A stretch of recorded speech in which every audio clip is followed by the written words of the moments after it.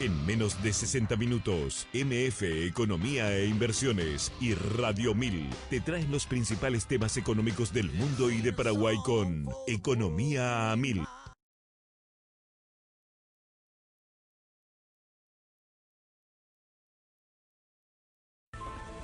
Estás escuchando Economía 1000 aquí por Radio 1000 y ya lo tenemos en mesa a nuestro invitado hoy, Alfredo Pereira. Te cedo el honor.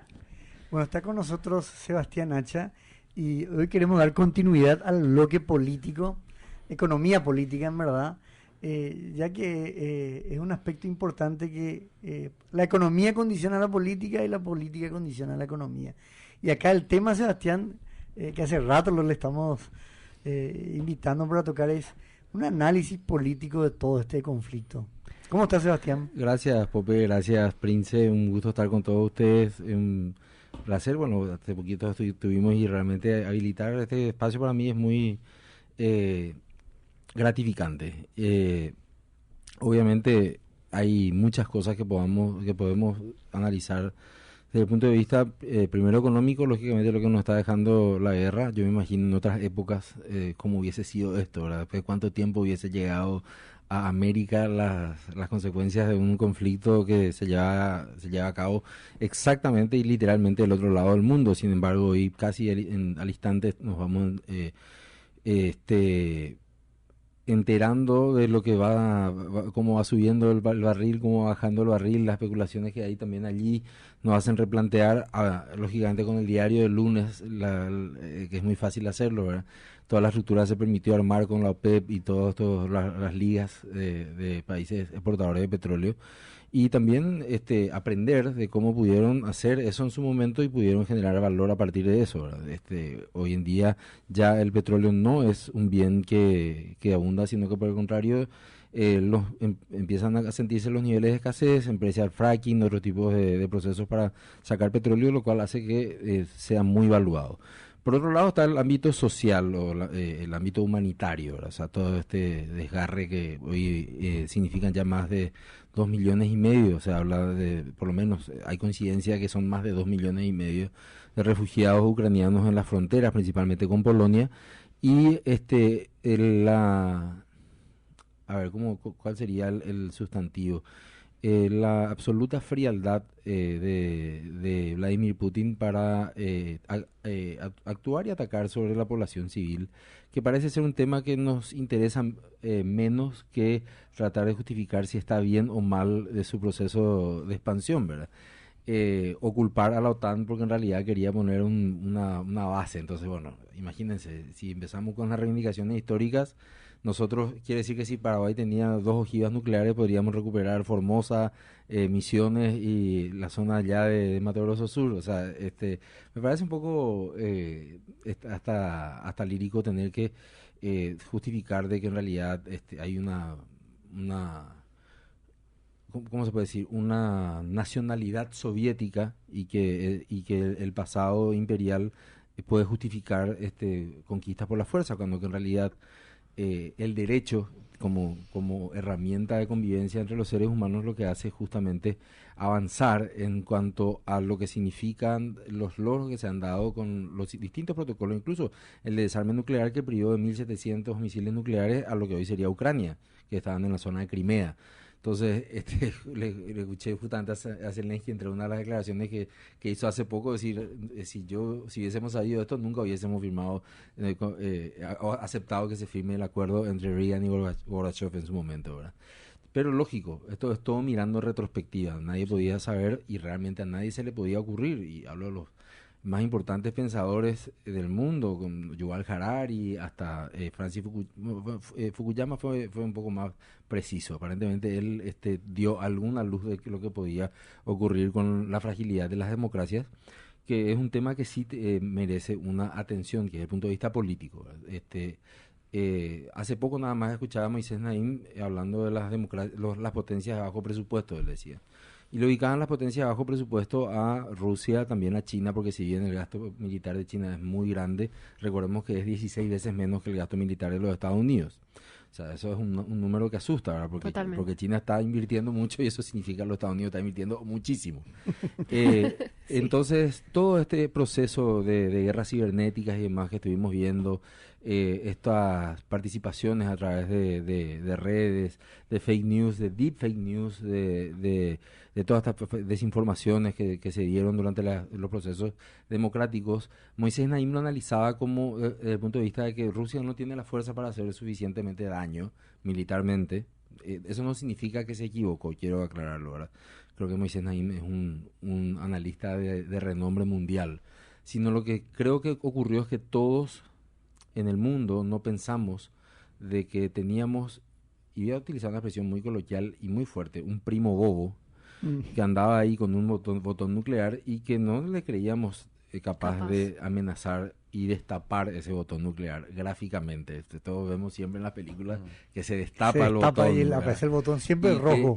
Claro, y que en este momento está ahí flotando como los antiguos, los que somos de la época del Atari, como un antiguo joystick, ¿verdad? Para ver si es que apretamos o no, ¿verdad? Entonces, esta situación nadie, o muy pocos, escribieron por lo menos, que podía darse, ¿verdad? Y casualmente el último gran profeta, pero ya a corto plazo, de este tema fue Donald Trump, una impresionante persona no muy querida por los medios y muy disruptiva en cuanto a su forma de ser, su lenguaje soez, su manera de comportarse, sus niveles de compliance éticos o empresariales, éticos políticos. Recordemos que Zelensky fue una de las víctimas de sus delirios cuando le pidió que investigue al hijo de Biden, que tenía supuestamente inversiones en Ucrania. Eso ocurrió hace unos meses nada más. Bueno, no hace unos meses, sino hace un año antes de las elecciones de los Estados Unidos. Pero él, cuando vemos esa discusión que él tiene con el grupo de diplomáticos alemanes, él le dijo claramente, yo no sé qué carajo, perdón la presentación, están haciendo ustedes comprándole petróleo y gas a Rusia. Y encima se van a invertir en el Nord Stream 2, que va a costar, no sé, 300 mil millones de dólares. Pero, y ahí Sebastián, en diciembre del 2019 ya el gobierno de Trump puso la primera sanción a todas esas empresas que participaban en el Nord Stream. Sí. Y eso fue, o sea, yo no, mirando los dos lados, vos no ves también como diciendo, no sé, como empujarte a vos, Rusia, no sé. Vos sabés que yo no quiero caer en la anécdota, ¿verdad? Pero sí, cuando las anécdotas son muy llamativas, tuve la oportunidad de viajar con mi familia hace semanas nada más al exterior y increíblemente en la playa conocimos a una familia ucraniana. El padre y la madre ya vivían en Nueva York hace 15 años y me contaba él, ¿verdad? Las peripecias para llegar a los Estados Unidos, hacerse una vida ahí. Sus 2 hijos ya habían nacido en Estados Unidos. De hecho, todo nació porque el niño vino a jugar con mis hijos, que son pequeños, las 2 pequeñitas. Y bueno, entonces yo hacía intérprete porque mi nena hablaba en inglés, mi nena no hablaba en inglés, entonces bueno, hacíamos ahí. Pero en realidad, vos tenés muchos niños también. Sí, hay que decirlo, ¿verdad? Estamos hablando no entramos en ese detalle. de la franja de 9 años para abajo. Los de esa franja se empezaron a jugar con el niño, ¿verdad? Entonces, fue interesante primero conocer esta diáspora ucraniana de hace 15 años. Recordemos que fue el primero, coincidió con la primera intentona de Putin de poner a un gobierno títere. Y después vino lo que se conoce el invierno, Winter on Fire, no sé si llegaron a verla, les recomiendo el documental, de Netflix. Muy bueno, donde explica cómo el pueblo se levantó en el año 2014 ante una nueva imposición desde Moscú de un gobierno títere. Y él me decía una cosa que yo no sé si va a ser así, ¿verdad? Pero me decía, vos sabés que si Trump era presidente, no iba a animarse Putin a invadir Ucrania. Y obviamente para quienes hemos vivido los procesos políticos sabemos que eso no depende de quién esté del otro lado, sino que aquí también hay cuestiones de supervivencia o política para Putin. Putin tiene muchos frentes abiertos adentro de su propio país, adentro de su propia economía y adentro de su propio entorno. O sea, está una guerra que él está lidiando en contra de todo su entorno prácticamente, o por lo menos de buena parte de su entorno. Y lo que él me explicaba, de eso quiero sacar valor, porque nosotros a veces como occidentales presumimos de conocer todas las formas de pensar basadas en la moral cristiana, que es el gran legado que deja el cristianismo en Occidente. O que nuestra manera de pensar es superior. Es superior, o de alguna manera más civilizada. Y él me decía, si vos hablases ruso, me dice, y si le escucharas y comprendieras las palabras que él dice en ruso, te darías cuenta de que él está loco. Eso fue lo que me dijo. Entonces, hay una gran dosis de vanidad dentro de sus acciones, ¿verdad? Entonces, aquí creo que esta guerra inesperada para gran parte del mundo, no estoy diciendo que sí ha habido mentes muy ilustradas y intelectuales muy prestigiosos que sí podían ver esto venir, para la mayoría nos agarró de sorpresa, ¿no? Por ende, los gobiernos tampoco saben qué hacer. El gobierno paraguayo no sabe qué hacer con el tema de la suba de combustible. Si bajamos el ISC, si hacemos un préstamo para que las empresas marginen todavía, o sea, en realidad nos ha agarrado por sorpresa y sobre todo nos ha agarrado en un momento, a un país, a Paraguay concretamente, en un momento donde no hay ya un liderazgo fuerte. Los presidentes de la República, en la mayoría de los países, sistemas presidencialistas donde no existe la reelección, su último año y medio de mandato generalmente están absolutamente, ¿cómo se dice esto? Cotizando a la baja. Entonces ya no es interesante los ofrecimientos que pueda hacer el gobierno como para tratar de parar esto. Y hasta te diría que no ven con malos ojos el tema de sacar un préstamo de $100 millones sobre el cual nosotros, sí, que vamos a ver después en qué se va a ir, ¿verdad? Claro. Entonces, estos son los tres ámbitos, en donde el económico, el humanitario y el político, donde podemos ver que se está jugando este plan. Ahora, cada día de guerra, eso es lo que es importante también entender, cada día de guerra a Putin en Ucrania le cuesta una ponchada de guita. Una ponchada de guita, o sea, esto no le está saliendo gratis. Ayer Rusia entró en default, lo cual significa que se le van a cortar todos los pocos créditos que ya le quedaban. China, dudamos si se está haciendo el enfermo o no. No tengo acá un problema ahora en Shenzhen, creo que era Shenzhen, y sí, estoy ahora con un brote de COVID. Bueno, pero parece que en Hong Kong también, y siempre digo Hong Kong porque Hong Kong sigue siendo la China más abierta, porque cada vez China le está comiendo más y más libertad de expresión, y también hay un brote en Hong Kong, o sea, parece que eso es serio. Y también sí, el presidente chino tiene otros despelotes internos. Recordemos que sí, a partir de Mao es la primera persona que encarna en su liderazgo, en él, más de 19 cargos que son propios del Comité Central del Partido Comunista. Y que, perdona, ahí se va, pero tengo que ir a una pausa, ¿eh? Ya te estoy diciendo así. Sí. Okay, después te iba a decir. Dale. No, pero puedes adelantar y a la vuelta del que corte lo que dice hablamos. Seba es, por una cosa puedes tener, un quilombo acá somos 7 millones nosotros, tenemos un quilombo de 1.400 millones de Eso personas. es durísimo y nos lleva a pensar, por lo menos en la cátedra, donde yo siempre le digo a la gente que la obligación de quien está haciendo ya una posgraduación es tratar de creer o pensar de que todo lo que aprendió hasta ese momento está mal, y tratar de repensar si es que la democracia es un modelo para todo el mundo, sí, incluso para Oriente. Y cuando hablo de Oriente no hablo de China, estoy hablando de Rusia. Claro. Estoy hablando de India, estoy hablando de Bielorrusia, estoy hablando de los países árabes. O sea, no podemos ir nosotros campantemente Irak, Irán, Yemen, y decirle, ¿saben qué, señores? Si ustedes le votan al presidente, el presidente va a gobernar para todo el pueblo. Y todos aplauden, ¿verdad? Que es un poco lo que dice Harari, que ahora sí termino porque tenemos ya la pausa.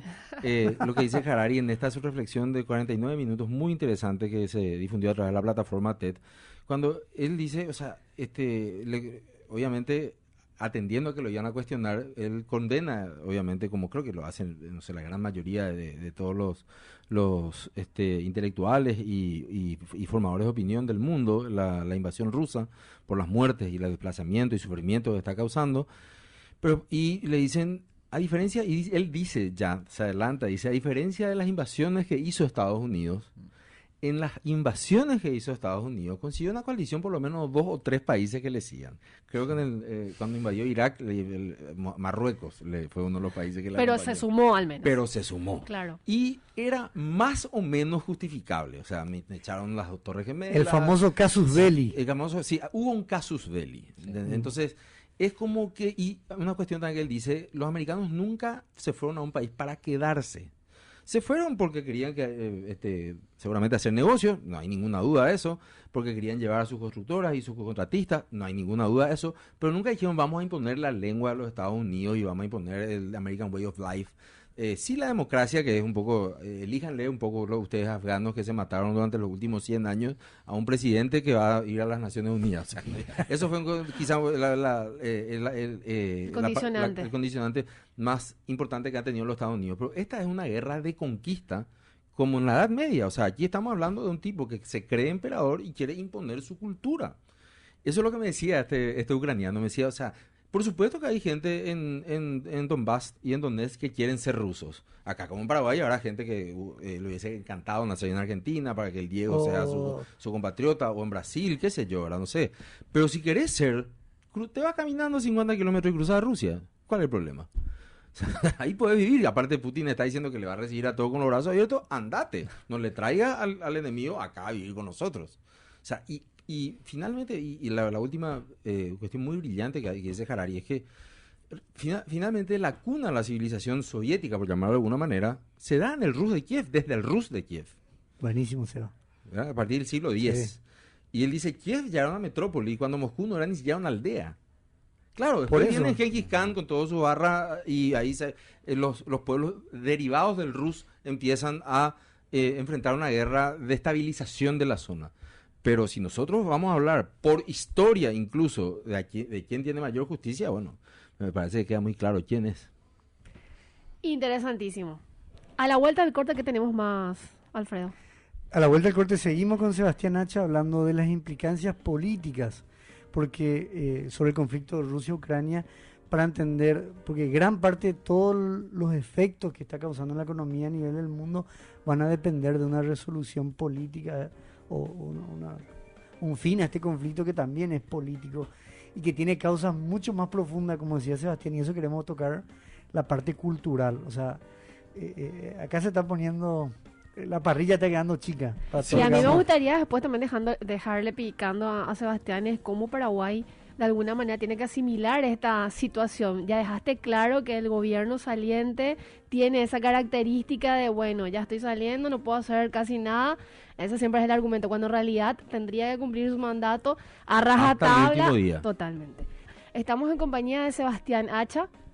Su cargo, politólogo, nosotros era presidente de Pro Desarrollo. Sí, ¿no? director ejecutivo de Pro Desarrollo. Perfecto. De memoria, vamos a tener en la cabeza a Alfredo. Armar una viñeta ya que... Sí, pues Sebastián Hacha nos va a acompañar cada mes, así es, ¿verdad? Así dice él también. No, esa es una promesa, ya no soy más político, o sea, ya cumple. No. Sebastián, volviendo un poco a nuestro tema, acá obviamente vos mencionás algo muy interesante, da gana incluso de... Tenemos que hacer con un whiskycito ya acá, Príncipe, todo sí, debate. ¿verdad? Total, ya es viernes. Ya. Ya Si viernes. nos quedamos los viernes... Espectacular. No. Vos hablabas, Sebastián, algo muy interesante. Hay un aspecto cultural y dentro de esta guerra bélica, podemos decir también que hay una guerra en los medios. Sí. Y acá nadie está de repente, no sé cómo decir, está a favor de una invasión, la muerte, la guerra, etcétera. Pero uno no puede tampoco prescindir de que haya propaganda de los dos lados. Absolutamente. Y me parece que muchas veces se nos va la mano con ver esta propaganda que nos vende en Occidente, ¿verdad? O sea, que es una propaganda que bueno, exagera un poco las virtudes de Ucrania y disminuye o amilana en cierta manera algún tipo de expresión en favor de algún tipo de interés ruso. Por eso es que trato siempre de recurrir a la fuente. Yo tengo una muy buena amiga rusa y le pregunto qué ella opina, ¿verdad? Que es una antigua república soviética, y ella me dice que todas las noches a las 9 de la noche ella ve el noticiero desde Moscú y me dice, es una mentira tras otra, me dice. Es una mentira tras otra. Una de las cosas que me comentó este amigo ucraniano, aparte de contarme, no es amigo, en realidad un conocido, ¿verdad? de verano, me dice que muchos amigos suyos estaban volando desde Nueva York hacia Kiev para unirse al ejército. O sea, ese nivel de nacionalismo que existe cuando estas estupideces como la guerra surgen, ¿verdad? O sea, yo me voy a defenderle a mi amigo, ¿verdad? Entonces, lo que es muy impresionante es que él me había dicho que la primera ola de ataques para penetrar adentro, para cruzar la frontera de Ucrania fueron conscriptos chicos que no tenían casi experiencia y fueron carne de cañón. Claro. Lógicamente, se habla que en los primeros 3 días de guerra murieron alrededor de 3.000 soldados rusos. Es un poco la técnica de la guerra de desgaste que ya se conoce de Rusia desde la Segunda Guerra Mundial, ¿verdad? 20 millones de rusos aportó a la causa de la victoria de la Segunda Guerra Mundial de Rusia. Y que es, en cierta manera, lo que tienen atravesado en el cerebro muchos líderes rusos, recordando esta hazaña, no ya la época zarista nomás, sino que dicen, espera un poco, nosotros aportamos con 20 millones de vidas a tomar Berlín. Los rusos toman Berlín, recordemos que fueron los rusos quienes tomaron Berlín. Eso no es bueno ni malo porque hay que preguntarle a la gente de Alemania lo que sufrieron después después de la barbarie soviética, ¿verdad? Y hay mucha gente en Rusia que piensa, estos europeos que se me vienen a hacer los finos ahora, que me andan diciendo que yo hablo, soy un mal tipo, o finalmente soy un mal gobernante, en el caso de Putin, porque rechazo el tema de la homosexualidad, que para ellos es algo normal, incluso lo impulsan, o son tan finos que ellos lo único que están viendo es el tema de el enfoque de género, el objetivo de desarrollo del milenio. Estos tipos no iban a poder hacer nada si es que Hitler ganaba la Segunda Guerra Mundial. Eso lo tienen atravesado, ¿eh? O sea, esa es una realidad nacional en Rusia. Entonces es como que ellos fueron los grandes ganadores y en realidad ahora resulta que son unas bestias y unos bárbaros. Y que ahí, perdón, pero lo que vos mencionabas, Sebastián, no sé, basta hablar del año 97, donde Putin asume el gobierno cuando fue esa crisis asiática, el rublo que se depreció un montón. Y ahí en ese momento geopolíticamente China todavía no era una gran potencia. Para nada. Rusia estaba en su peor decadencia, o sea, era un mundo de un solo polo. Absolutamente, y es ahí donde todos nos entusiasmábamos. Yo no sé, digo más nos entusiasmábamos. Yo no creo que un mundo de un solo polo pueda funcionar. Ahora, lo que estoy en desacuerdo es que el otro polo sea la guerra. Eso nomás, ¿verdad? O sea, creo que podemos discutir hasta con China medidas comerciales y más cuestiones, pero realmente el uso de la fuerza me parece absolutamente desgraciado. Pero sí, era un mundo unipolar finalmente en donde iban avanzando estas ideas de un liberalismo económico importante, de democracias liberales, digo democracias liberales en general, gobernadas por socialdemócratas como en Alemania. Gerhard Schröder sigue teniendo una amistad cercana con Putin, por ejemplo, ¿verdad? O sea, y fue canciller alemán. O sea, no estamos hablando de que este es bueno y este es malo porque sí, sino que tratando de escuchar las dos campanas, me decía esta amiga rusa, que hicieron todo un show para hacer... después de una semana de guerra aproximadamente, murió el primer soldado ruso. No es que murió el primer soldado ruso. O sea, en un combate mueren todos los días, lastimosamente de ambos bandos mueren más de una persona. Y la curiosidad que me decía esta mía es que era azerbaiyano. No. Era azerbaiyano, o sea, y por supuesto ya te pusieron creo una calle en Moscú, ya el nombre del soldado que murió, y mientras tanto el gobierno, esto es real, anunciaba por ese mismo medio que se acaba de aprobar una ley que va a ir preso con pena hasta 15 años de cárcel las personas que digan que esto es una guerra. Esta es una operación táctica, no es una guerra. Entonces, obviamente, objetivamente hablando, hay hechos que son condenables, o sea, ese tipo de restricción en la libertad de opinión creo que debería ser condenable. Por otro lado, decir que Ucrania no era consciente de cuál podría ser la sobrereacción rusa en un acercamiento tal como tuvo a la OTAN, también es subestimar... Conociendo al personaje que está detrás de Rusia también. Claro, porque uno gobierna, o sea, que finalmente la política, uno gobierna conforme a las realidades, conforme a lo que es, no conforme a lo que debe ser. Si tenés, perdón la expresión, el primo bobo que anda por ahí y sabes que el tipo anda peleando con osos y demás, es muy difícil que vos le vayas a hacer entrar en razón en una partida de truco o de ajedrez. Él no va a entrar en razón por ese lado. Entonces, como aquí tuvimos el caso de la guerra de la Triple Alianza, que es famoso, que el Carlos Antonio López le dijo al mariscal, a Brasil nunca con la espada, siempre con la pluma, demás cuestiones, o no le hizo Nunca caso, usó o la es pluma. una gran bola, no sé. Hay que hablar con historiadores acerca de la veracidad de dicha frase o de dicha conversación. Obviamente, en aquel momento Brasil tampoco era un jugador era un jugador de pocas moscas. O sea, pintaba para imperio, pintaba para lo que era una continuación del imperio portugués, con una enorme capacidad de expansión que lo estaban demostrando. Ya habíamos tenido el avance de los bandeirantes en la guerra guaranítica y demás, y obviamente se sabía que tenían ellos eso que tiene Rusia hoy, carne de cañón, los mamelucos, ¿no? O sea, ellos tenían ejército por quien usar. O sea, que muera un azerbaiyano 7 días después, o sea, llama mucho la atención, ¿verdad? Obviamente, porque me imagino que las familias de los soldados caídos en Rusia no estarán el 100% de acuerdo con el heroísmo de sus hijos. Entonces, vista estos dos puntos de vista, que lo hacemos tratando de dar una objetividad como lo trato de hacer yo en la cátedra. O sea, después cada uno puede sacar sus conclusiones. Claro.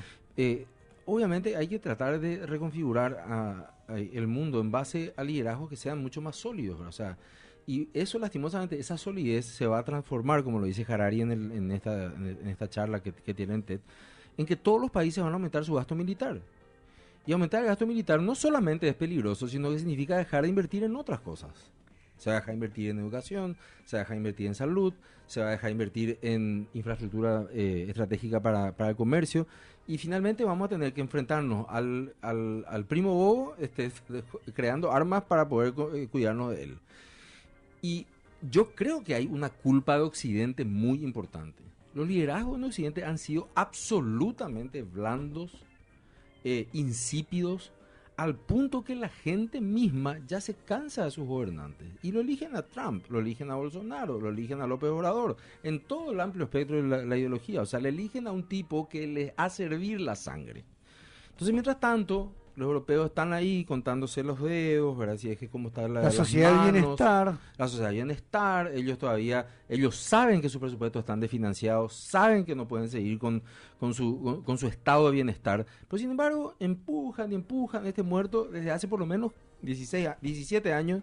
Me acuerdo, nos tuvimos una conversación con un grupo de políticos, viajamos a Europa, con Joaquín Estefanía, que a la sazón era director del diario El País. Y él nos decía, el estado de bienestar debería ser la discusión de todos los políticos en este momento. Porque no hay macho que te aguante el estado de bienestar. Vos no podés tener una población, y bueno, acá Pope estuvo en Roma, yo estuve con un amigo en común, que estábamos ahí, le contrató este amigo en común a un joven de 24 años para que le ponga una repisa en una parroquia de San Francisco, y el joven romano, que tenía un seguro de desempleo de 24 años, que ni estudiaba ni trabajaba, tardó una tarde en poner la repisa. Le echó a patadas a este amigo en común, que era un tipo de pocas pulgas, el cordobés. Y ¿No fue Pope? No fue Ah, Pope. bueno. Pope tiene buenas pulgas. Y después le contrató a un tipo de Bangladesh al otro día. Y le puso en 15 minutos. Y nos quedamos hablando con él, pues yo no vi el acontecimiento del día anterior, sino participé de la conversación del día posterior. Y el tipo trabajaba todo el día en manualidades, le llamaba él, ¿verdad? Así, en este tipo de trabajos de casa, medios, sí. de manos medios. Y a la noche estudiaba italiano. Y estaba con su esposa y sus 2 hijos. Y me decía este amigo, le estoy hablando esto fue hace 12 años, me decía, Europa va a ser de esta gente dentro de 100 años. Europa va a ser de los asiáticos, los africanos y los los latinoamericanos que vienen a laburar. Porque el europeo no quiere trabajar. Si yo trasladamos esto a Latinoamérica y claro, vemos en Buenos Aires, hace unos años tuve un viaje y justo me toca un taxi paraguayo, era el chofer. Nunca había venido a Asunción el señor. Y hacía 30 años estaba en Argentina, de Camburetá era el señor. Y yo primero le dije, ¿cómo viviste ¿cómo se dice esto? La discriminación. Nunca me dijo. Nunca nadie me discriminó. ¿Y cómo este tema de las crisis económicas? Y me dice, vos ya tenés que saber nomás, doctor, que en este país se va a la mierda cada 10 años. Entonces, él mismo construyó su política anticíclicas. Cuando estamos bien, me dijo el gobierno de Macri, yo tomo el taxi. Sí. Y cuando estamos mal, vuelvo a la construcción. Mira, brillante. genial. Brillante. Sí. Entonces, es un tipo que no está esperando que el gobierno le dé un subsidio para poder vivir. El tipo se las arregla. 3 hijos, una médica, uno contador y el otro abogado. Sebastián, para ir encauzando, ya que nos queda los Nos minutos queda finales. 5 Dios mío, qué máximo, rápido. rapidísimo. Sí, acá el tema es, y te traigo ahí unas noticias que estuvimos viendo. Weibo es la plataforma china más utilizada. Ellos hace ya una semana empezaron a censurar tanto los comentarios pro invasión como pro occidente, digamos, tratando de mantener una neutralidad en las redes. Pero en gran medida lo que han tenido una repercusión muy importante ha sido los comentarios pro invasión. O sea, si uno leyera, dicen analistas, parecía que Estados Unidos es el que está invadiendo Ucrania cuando vos lees los medios y los comentarios de China. O sea, esto es un resultado de toda esa influencia violenta que Occidente y Estados Unidos nos viene haciendo con el largo. Y te digo esto porque el rol de China va a ser importante. China le da la espalda hoy a Rusia y prácticamente esto se acaba.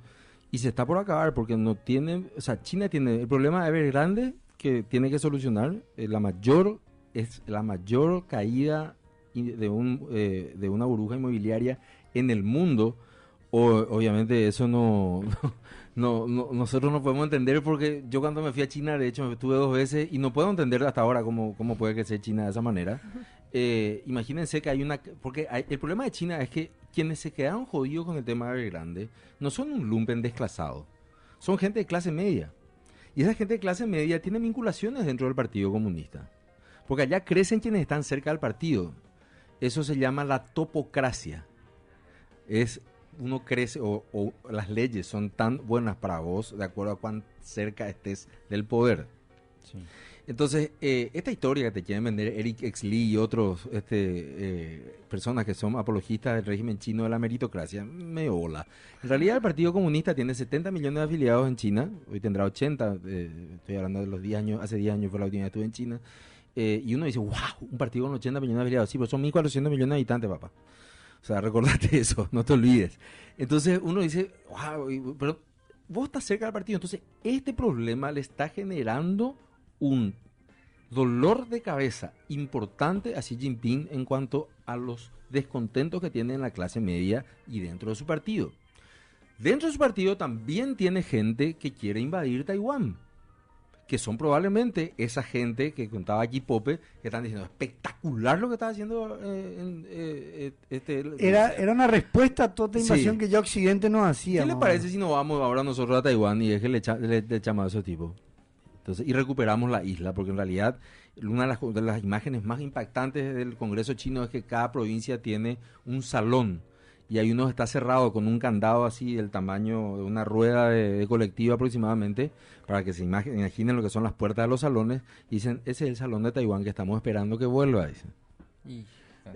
Esas son las imágenes imperiales. Entonces, sí, ahí uno tiene que entrar en la psiquis de esta, porque, a ver, esa opinión habrán recogido 400 millones de chinos aproximadamente, porque hay 800 millones que no tienen luego acceso a redes. Sí. Hay mucha gente que todavía está en la pobreza. Si nosotros nos vamos y le preguntamos a los yures que están en el noroeste de China qué opinan de la invasión, van a tener otra opinión seguramente, ¿verdad? Porque ellos lo están garroteando todos los días porque son musulmanes. Y le están cerrando sus mezquitas y demás en la zona noroeste de China, que físicamente incluso los rasgos son muy diferentes a la nación Yan, que es finalmente la dominante. Han, perdón, que es la dominante, que es el 95% de la población china. Entonces, la respuesta finalmente que yo creo es que China tiene suficientes despelotes internos como para tener que atender el despelote ruso, que tampoco saben ellos cómo va a terminar. Porque si ellos dicen, yo te doy la mano ahora, yo no creo que él sepa muy bien hasta dónde quiere ir Putin. Yo puedo presumir que Putin quiere Donetsk y Donbass para poder asegurar su salida a Crimea y al Mar Negro. Puedo llegar a imaginarme. Pero es una especulación, como era una especulación cuando Trump le dijo a los alemanes, ustedes ni se hacen los ecológicos para que Merkel gane las elecciones de cerrar sus centrales nucleares, y el 40% de la energía le compran de Francia viene de centrales nucleares. Entonces, prenda sus centrales nucleares, ¿verdad? El propio Putin dijo eso hace como 12 años, ¿verdad? Entonces, lo que yo digo que somos blandos en Occidente. nos dejamos llevar por modas, nos dejamos llevar por lo correctamente político y no somos pragmáticos como lo ha sido Putin, imagínate al punto de invadir un país, como para solucionar estos problemas. Si existe esa amenaza y nosotros nos estamos dedicando todos a corte y confección, evidentemente un tipo que está domando un oso va a terminar gobernando el mundo. Esto no es lo que yo quiero, es la explicación de la política. La política funciona así, no es como decía Maquiavelo, la vida es como es y no como debe ser, decía. Y le escribía eso a Lorenzo de Medici porque le decía, si vos querés ser príncipe, tenés que hacer esto, podés no querer ser también.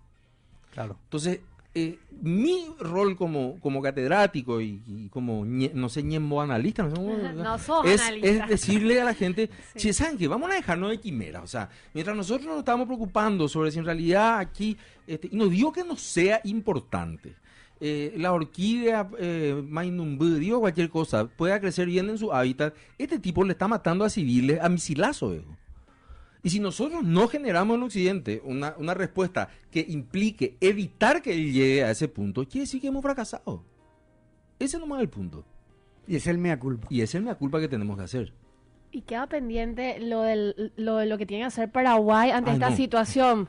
O sea, yo creo que ya está todo Yo les dicho. juro Bueno, que si después- sabía también, ya le llamaba, por lo menos mandaba mensaje por lo menos al presidente, pero no sé. Yo creo que no, nadie tuvo, o sea, ahí voy a hacer cortito ahora. Sí. No hay liderazgo. Entonces, si no hay liderazgo, nadie puede salir a tranquilizarte. No hay agentes que puedan salir a decirte, tranquilos muchachos, está bajando el barril. Vamos a sentarnos un poco porque tenemos fijación de precios. Hay intervención del Estado en el precio de los combustibles. Y con las distribuidoras decirle, ¿saben qué muchachos? No vayan a comprar todavía ahora su reposición. Esperen que baje, porque ya bajó $40 el barril, y compren para la semana que viene.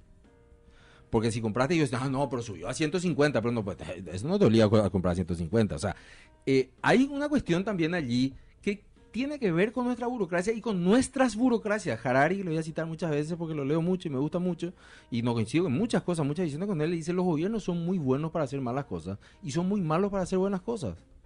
Y ese es el cansancio finalmente de la fatiga de la democracia que habla también escritor coreano, no recuerdo ahora el nombre. Han Yun-chan. Han Yun-chan, de Berlín, ¿verdad? Dice, nos fatigamos No, nosotros. Byung-Chul Han. Byung-Chul Han. Ahí está. Porque era Byung-Chul Han. Entonces, estamos fatigados, nos cansamos de la democracia. Vivimos demasiado bien, que es probablemente el problema más grave que tenemos nosotros también aquí. O sea, si nosotros calculamos lo que ha subido en el Paraguay, no le voy a defender a nadie, en el Paraguay lo que ha subido, el porcentaje que ha subido, y comparamos con Chile, con Estados Unidos y con Noruega, por supuesto que estamos hablando de otros niveles de adquisición, obviamente. Pero Noruega es un productor de petróleo y tuvo un 68% de aumento en los combustibles.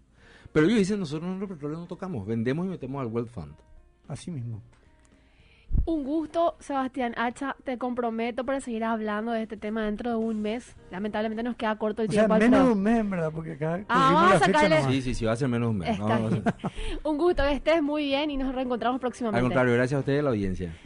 Nos vamos a ver hasta mañana, hasta el lunes.